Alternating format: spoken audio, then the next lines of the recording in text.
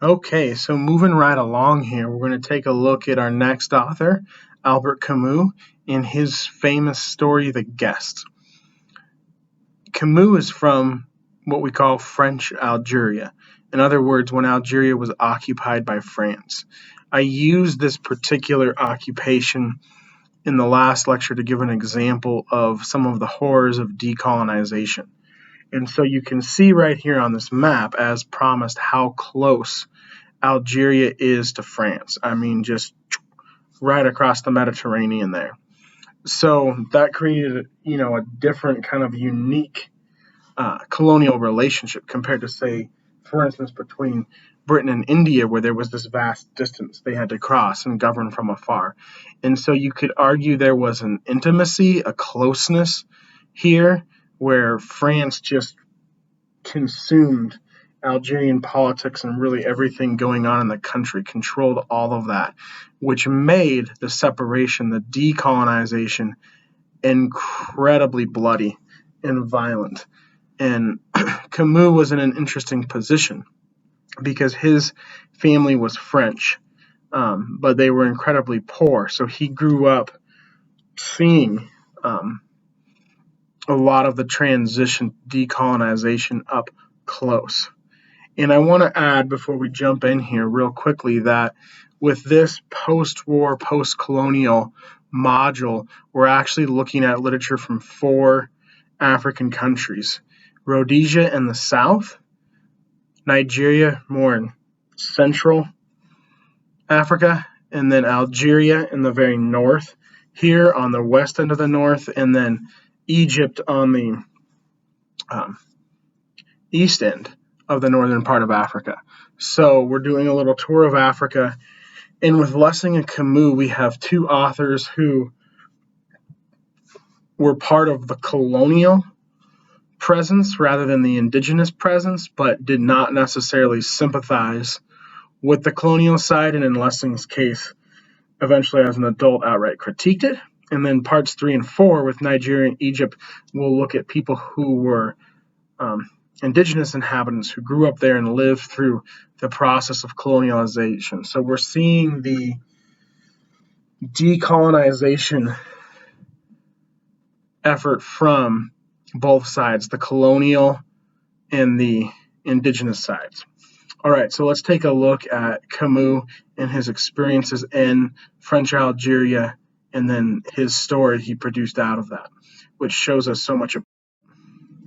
He was born into a world of poverty and light in the French colony of Moldova, Algeria in 1913. So right at the start of World War I think the same year Lessing was born. And poverty and light. His family was incredibly poor. But you could see the beautiful Mediterranean from this coastal town. And that love of the landscape where he lived is something that shows up in the story, The Guest. He was the second son in a poor family of mixed Alsatian and Spanish descent. And so Alsace is a region of France, so French and Spanish descent, which is why he was on, the colonial side of things, at least by his birth. And his father tragically died in World War I. So he had an incredibly difficult childhood, in part because his mother was deaf and illiterate with a speech impediment, all from an untreated childhood illness. So after his father's death, he and his brother, Lucien, there were only 2 of them, lived with his mother, uncle, and grandmother in a very small apartment in a working-class section of the capital of Algeria. The capital is called Algiers. He was raised by that grandmother, who was very strict, because his mother spent pretty much all of her time as a cleaning woman working to support the family. So incredibly, difficult circumstances growing up. But don't worry, there's more suffering. He was a passionate athlete, and he got a scholarship to the University of Algiers, but he contracted tuberculosis at age 17. He recovered from this. He did die relatively young, in his 40s, at the age of 47, but he died young because of a car accident. So he recovered from this tuberculosis, but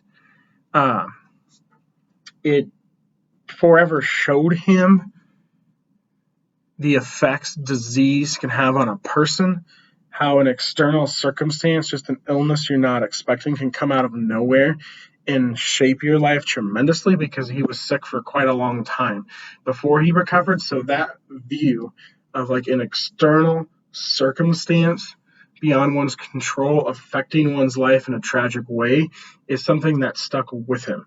And he used the term plague, which refers to disease, to refer to this concept.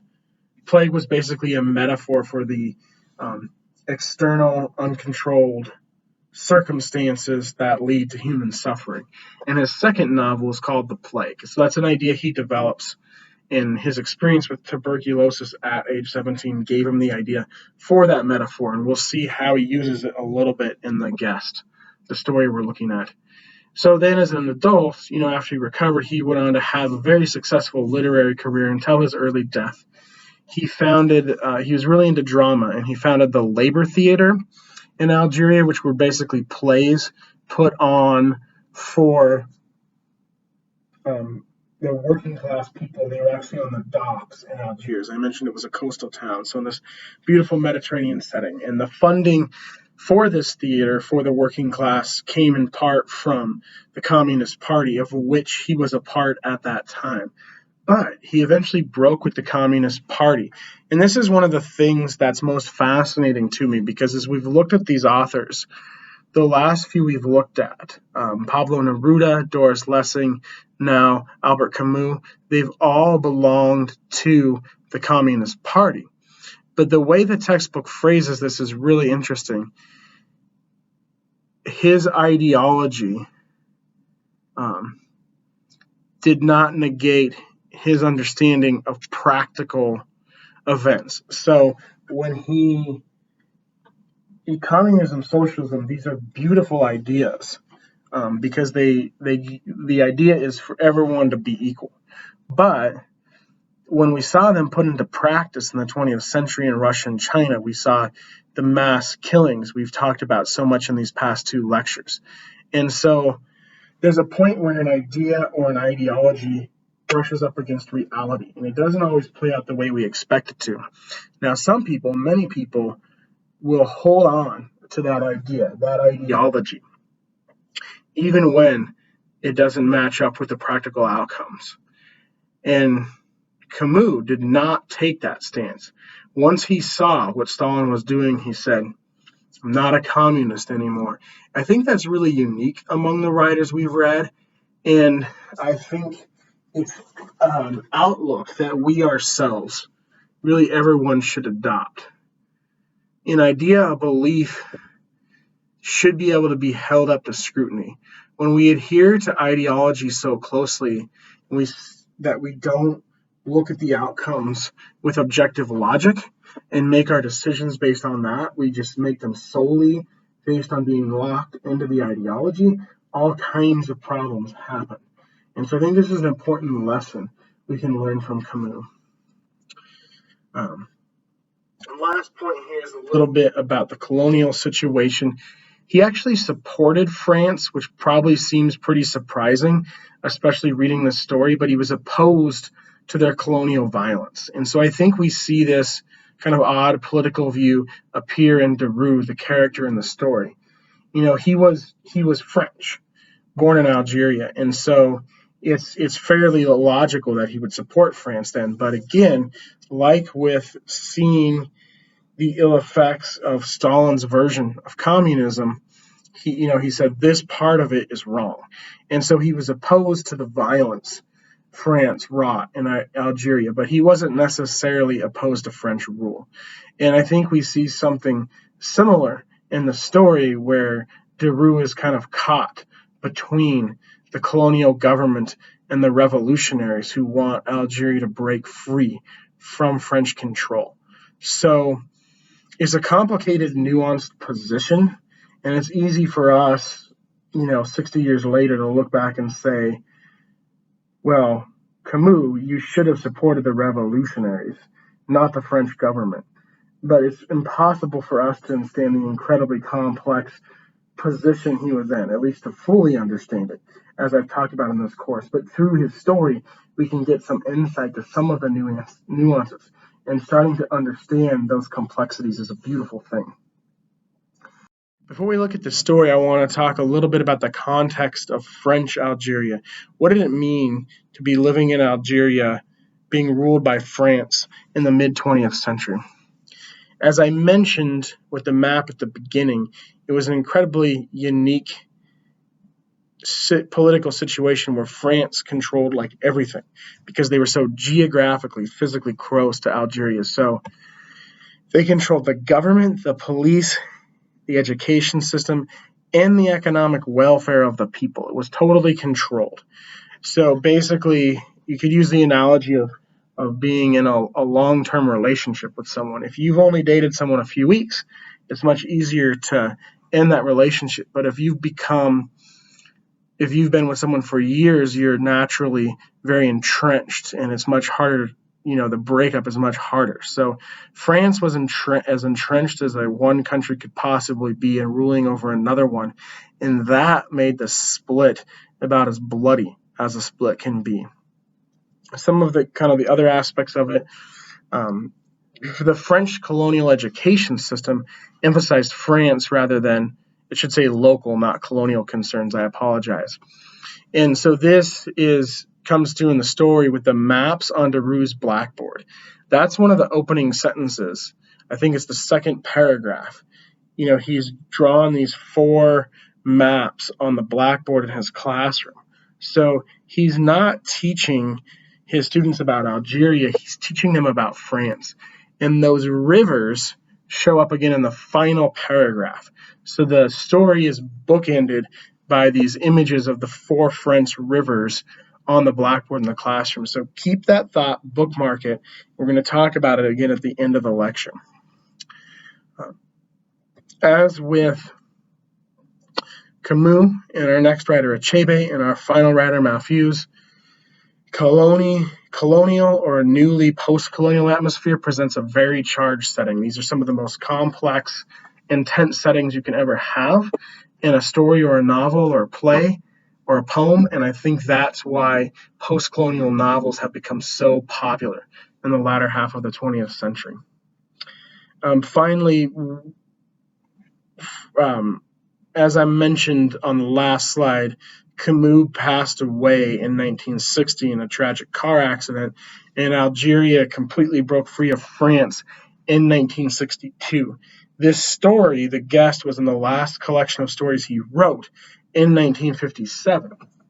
So the conflict, as you can see in the story, it hasn't quite happened yet. He and the Baldocci, the officer, the policeman who brings the Arab to Derues, they debate this. The policeman, Baldocci, says the conflict is coming. The revolution is coming. You should be ready. And so this was a very tense place in the 1950s.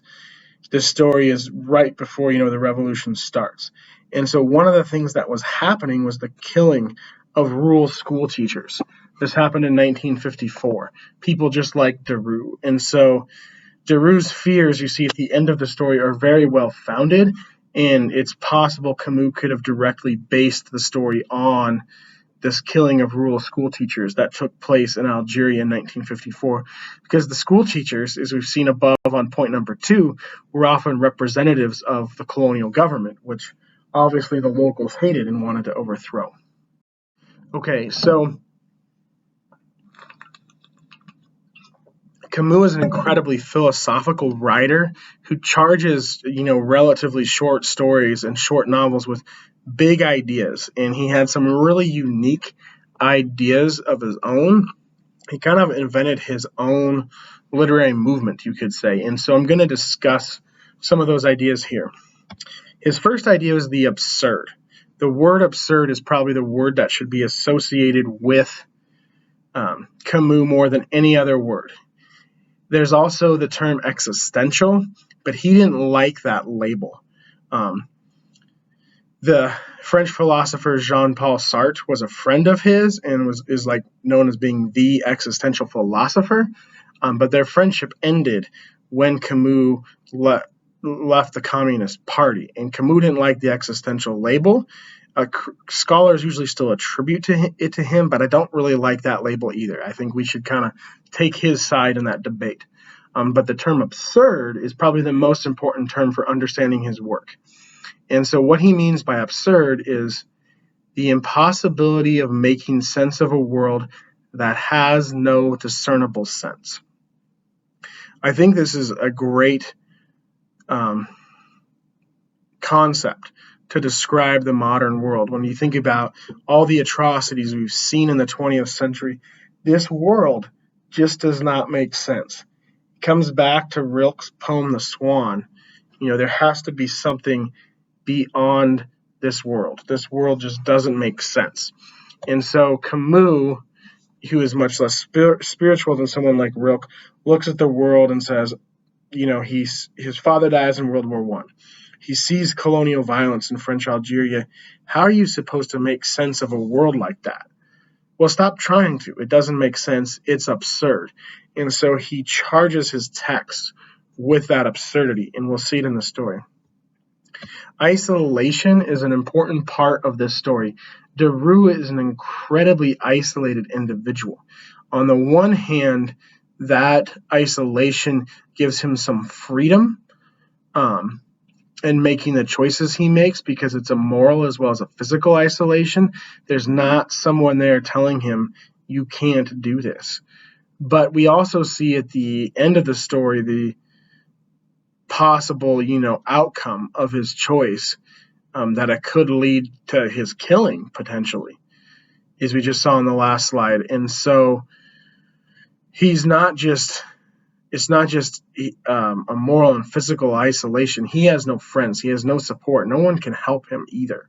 It's a completely isolated environment. I talked about that idea of plague when Camus suffered tuberculosis at age 17. So in his stories, the idea of plague is a metaphor for the personal and natural events that oppose and limit fulfillment and human fulfillment and happiness. So in other words, external circumstances like an illness or a war or something prevent human beings from reaching their fullness and from being happy. And again, the life he lived and the things he saw, I think this makes total sense that he would believe in this.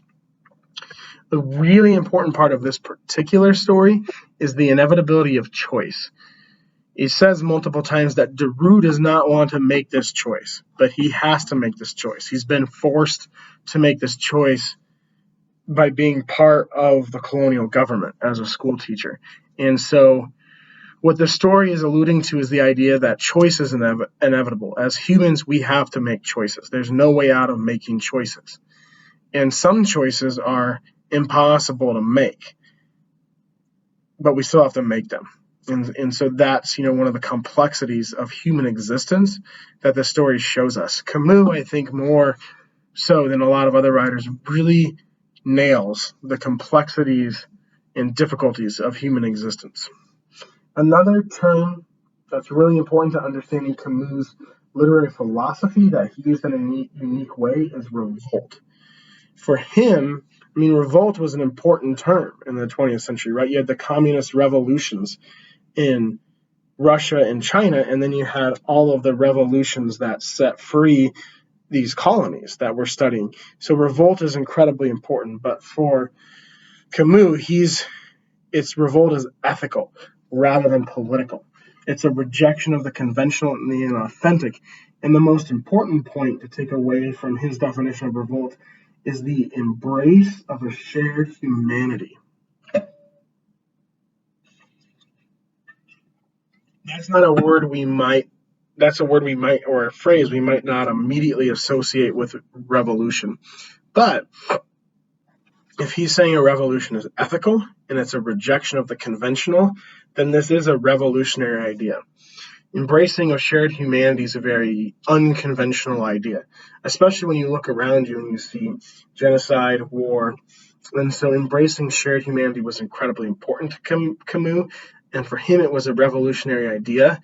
And the embracing of it was probably the only way a revolution could ever succeed.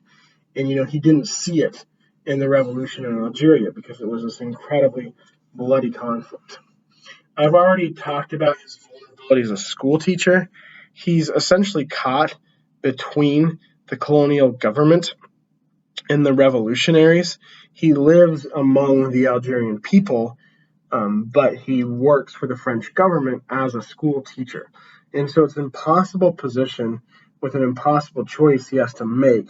And, he has his obligation to the colonial government. Um, but then there's the issue of how the people around him will react. And the story has a few twists at the end. I think it's an incredibly suspenseful, intriguing story that has just a couple great twists at the end, which we'll see that relate to this point. Finally, one of the most important themes to this story is hospitality. How do you treat your guests? I mean, in any story or any text we read, we always have to think about the title. The title of the story is The Guest. So how one treats their guests is crucial to understanding this story.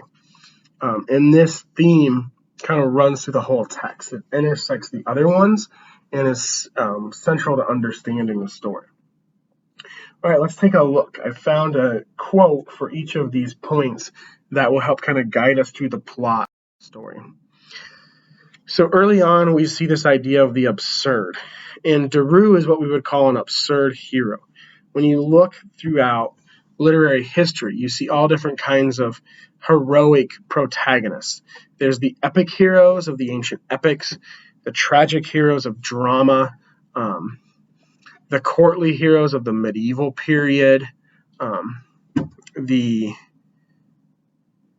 kind of mock heroes of the Enlightenment, the everyman heroes of realism like Felicity, the modern day anti-hero, which we saw invented by Dostoevsky. So Camus invented the absurd hero, a character who lives in a world that just doesn't make any sense.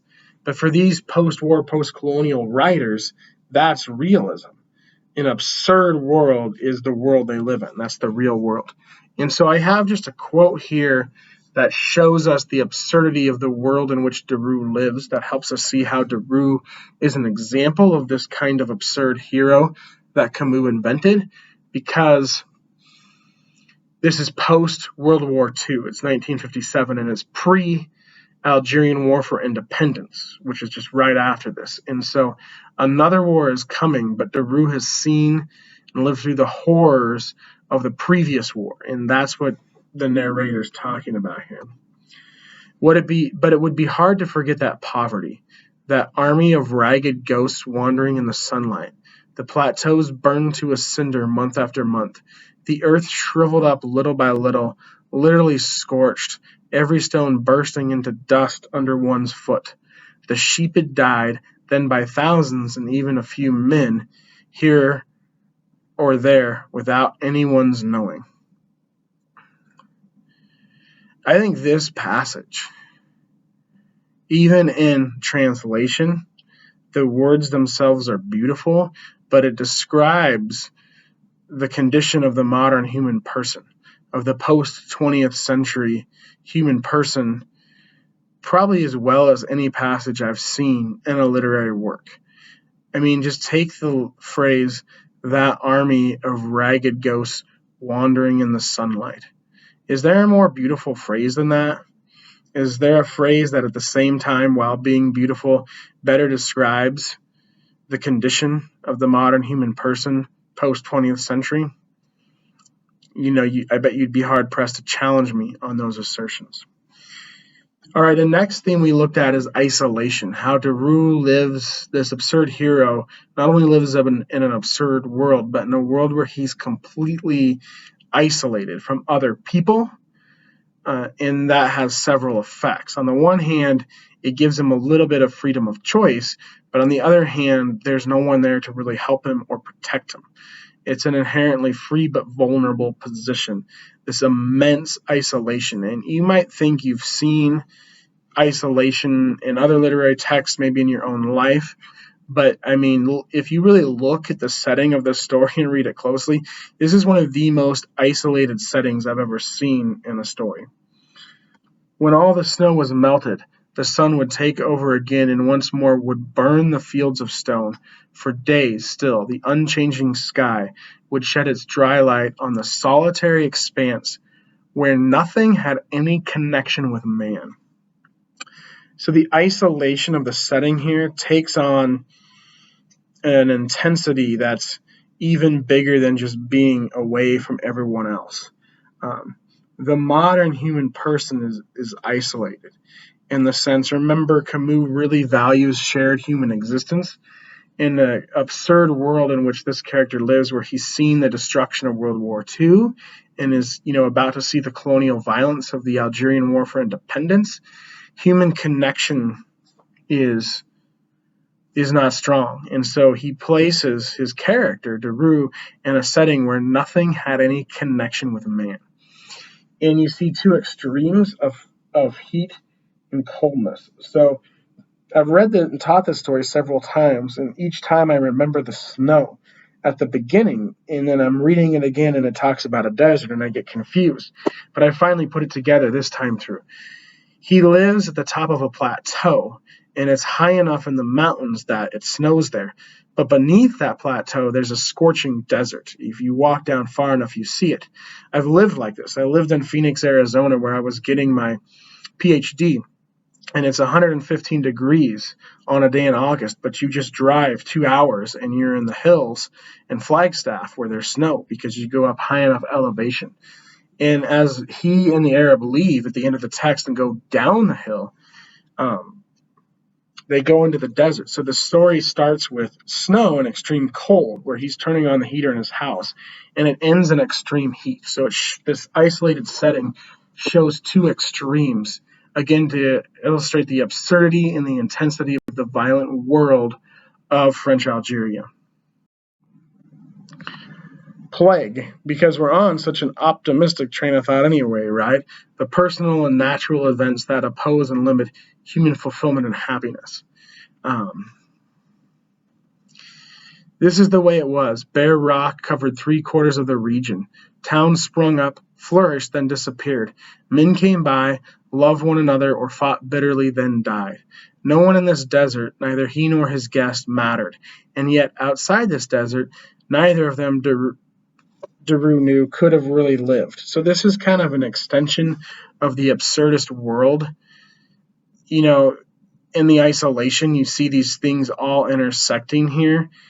Some of the plague or the external factors that affect them are their setting, their positions in society, and it's an incredibly harsh existence. But outside of it, they could not really have existed. It's a harsh existence, but it's the only existence possible to them. I mean, it's kind of asking the question, how does man live in an absurd world? Part of the absurdity of this world is the inevitability of choice. From the get-go, as soon as Bauducci tells Deroux he has to take the Arab to the police, Deroux is saying, I don't want to do this. Don't make me do this. And we don't fully know why until we see kind of the twist at the end of the story. Certainly part of it is he doesn't feel like this person should be handed over to the colonial authorities. We get that early on. There's more to it. But he doesn't want to make this choice. That's kind of the driving kind of impetus, that force that moves the story, the plot forward. And but he knows he has to. And so we have a quick passage that shows us that psychological insight into what Deroux is experiencing. When he got up, no noise came from the classroom. He was amazed at the unmixed joy he derived from the mere thought that the Arab might have fled and that he would be alone with no decision to make. So the Arab is just like outside using the bathroom or something, I think, at this point. But for a minute, he's not in the house, and Deroux thinks, oh, maybe he left. I mean, there's nothing holding this guy there. Deroux doesn't have him handcuffed to a table. He's free to leave at any point. And he's about to go to the colonial authorities, and he's a local who murdered someone. So he's probably going to be executed. So why not just leave? Deroux keeps making that point. Like he says several times, you should have run away. You're basically kind of an idiot for not running away. And so he's so happy when he thinks the Arab might have run away, because then he won't have to make this decision. but he still has to make this decision. It's inevitable. So again, kind of that absurdity of the world, a realistic absurdity. Like, we can't escape the choices we have to make, no matter how much we might want to. And this passage shows us how much we want to escape the choices we inevitably have to make. So here's one of the most important passages in the story, and this is the idea of revolt. Remember, it's ethical rather than political, and it's a shared humanity is the revolutionary idea that Camus embraces. And so we see a discussion of a shared humanity in this passage from the story, which I think is probably the most important passage. In this room where he had been sleeping alone for a year, this presence bothered him, but it bothered him also by imposing on him a sort of brotherhood he knew well but refused to accept in the present circumstances. Men who share the same rooms, soldiers or prisoners, develop a strange alliance as if, having cast off their armor with their clothing, they fraternized every evening over and above their differences in the ancient community of dream and fatigue. But Derues shook himself. He didn't like such musings, and it was essential to sleep. So, few important things to note here. He's been working as a school teacher for a year, so he's been in this incredibly isolated position in the mountains for a year. I don't think he necessarily likes being alone, but it gives him a sense of freedom that he doesn't have once he's thrust into the situation of having to take the Arab to the police. That situation imposes on him a sort of brotherhood, the type of shared humanity that the author, Camus, embraces. And so people who are brought together, say for instance like soldiers or prisoners, form an alliance where they're vulnerable. Here, Derues is sleeping naked, as he always does, and he feels vulnerable because he has a guest in the house for the first time. But it's kind of a symbolic nakedness. It's a shedding of the armor that protects us from connecting with other human beings. But if we shake off that armor, we see that we have things in common. Ancient, universal things, dreaming and being fatigued, that all people have those things in common. And so we have a shared humanity. Now, the difference here, it's really important here to note the difference between Derues and Camus, because Camus believed it was revolutionary to embrace shared humanity. But Derues is having this forced on him, imposed on him, and he doesn't even really like it. He wants to shake off the idea and go back to sleep. So it would be easy here to not read this story closely, but remember we're doing it close reading, as the title of the slide tells us. And it would be easy to not do a close reading and say, this is like an anti-imperialist stance here. Derues believes it's more important to help this guy than to give in to the colonial overseers because they have this brotherhood now that they're staying together. But it's forced upon them. It's not embraced like it is by the author. So we have to hold that in our minds as we read the rest of the story. I mentioned before his vulnerability as a school teacher, that there were actual killings of school teachers in Algeria around this time as it was building toward revolution. And so when they leave the next morning to go meet the police, he feels like there's someone in his house. But a short distance from the schoolhouse, he thought he heard a slight sound behind him. He retraced his steps and examined the surroundings of the house. There was no one there. So he's almost kind of paranoid. Someone might be in there. Well, why would he be paranoid someone might be in there? That's what we're going to see in the twist at the very end of the story. I hope you're holding these ideas we've mentioned together, taking some notes, because they're all going to come together nicely as we look at this last slide. And as we look at these last three quotes, my theses for the story will become apparent. So I mentioned that hospitality is very important.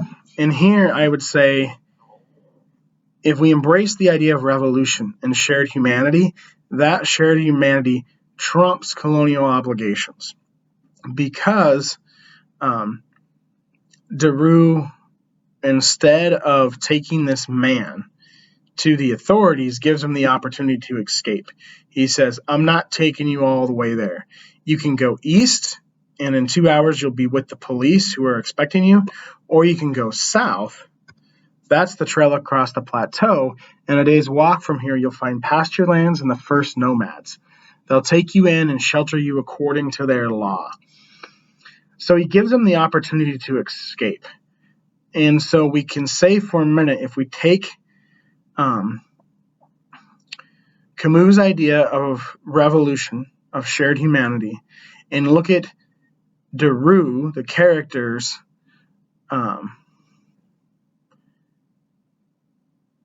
belief in hospitality, that he has to be hospitable to his guest, we could say that hospitality provides an instance of shared humanity, and that trumps or overpowers the colonial obligation, Daru feels he has to hold to the colonial government as a school teacher. And so with giving the prisoner an opportunity to escape, we have this really wonderful, very cosmopolitan kind of idea. But wait, it's not that simple. Two things happen, two twists happen. This isn't necessarily a twist. It's an impressive passage because it kind of gives us this window into an idea of shared humanity that the author Camus holds so valuable. But he's been saying all along, he said to Baducci, the police officer who brought the Arab there several times, I'm just going to let him go. I'm not going to take him to the police. So this isn't a twist, but here are the two twists. There's the inevitability of choice again. The prisoner doesn't take the chance to escape. And this shouldn't even really be a twist either. It's a twist because when Daru says, here's some food, go to the shepherds, they'll take care of you instead of executing you, everyone in their right mind would probably do that, right? Self-preservation. But the prisoner could have walked out of Daru's house at any time. And so for some reason, he's been kind of consigned to going to the police. And Daru wants to see this. So he's initially walking back home, but then he decides to run back up the hill and see what happens. And when he gets to the top of the hill, he's incredibly sweaty. Remember the extremes of the setting from the cold snow, the top of the plateau, to the hot desert at the bottom of the plateau. So when we read this passage, Daru is dripping with sweat. And he sees the rock fields to the south, where the prisoner could have gone to be free, stood out sharply against the blue sky. But on the plain to the east, where if he were going that way, he'd be going to the police and probably to execution, a steamy heat was already rising.